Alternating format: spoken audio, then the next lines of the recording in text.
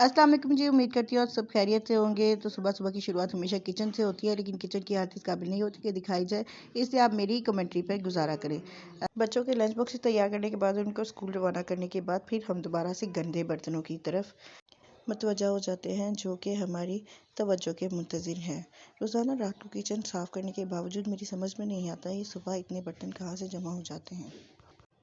शायद जो औरतें जॉइंट फैमिली का हिस्सा है वो मेरे दुख को समझ सकती है।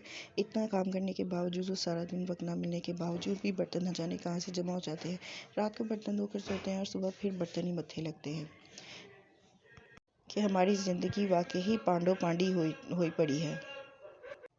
खैर जी, एक दफ़ा फिर बर्तनों को धोकर इनको अपनी क्या जमा कर किचन को दोबारा से साफ़ करके अच्छी तरह चमका के तो फिर जी नाश्ता बनाने वालों के हवाले किया जाता है। पहले तो हम ही नाश्ता बनाते हैं। मैं और अपने लिए अपनी मदर इन लॉ के लिए नाश्ता बना लेती हूँ।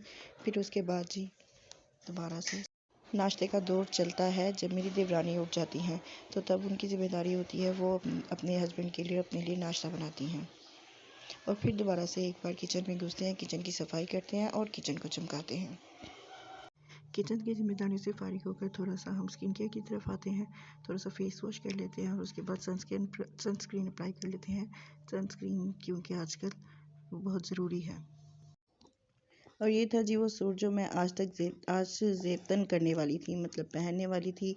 और मेरे दो नमूने स्कूल जाते हैं, एक नमूना घर पे ही रहता है। जब मैं ये कपड़े इस्त्री कर रही हूँ तो मेरी टांगों के साथ चिपका हुआ है, तो कह रहा है कि मुझे उठा के कपड़े इस्त्री करो। खैर उसको उठा के कपड़े इस्त्री तो नहीं कर सकती थी, उसको दादों के पास छोड़ के आई हूँ।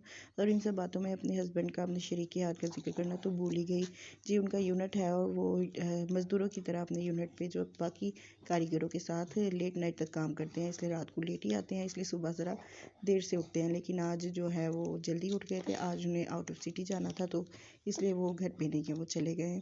इसलिए उनकी नाश्ते वगैरह की रूटीन भी आज नहीं थी, नहीं तो इस वक्त उनका नाश्ते की रूटीन होती है मेरी, मतलब वो इस वक्त तक उठते हैं। तकरीबन साढ़े 11-12 बजे का वक्त है, इस वक्त उठते हैं उनके नाश्ते का टाइम।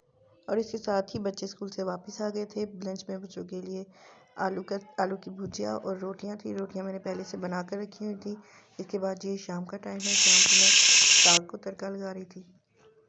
ये हम सिंपल लहसुन अदरक को चॉप करके साग को तड़का लगाते हैं। और इसके साथ मैंने चावल बनाए थे। तो ये देखिए कितना प्यारा साग शाइन कर रहा है। जब ऑयल रिलीज़ हो जाएगा तो फिर मैं इसको उतार लूँगी। बाकी सब इसमें मौजूद था, नमक मिर्च वगैरह किसी चीज़ की भी ज़रूरत नहीं थी। ये साथ में चावल रख लिए मैंने।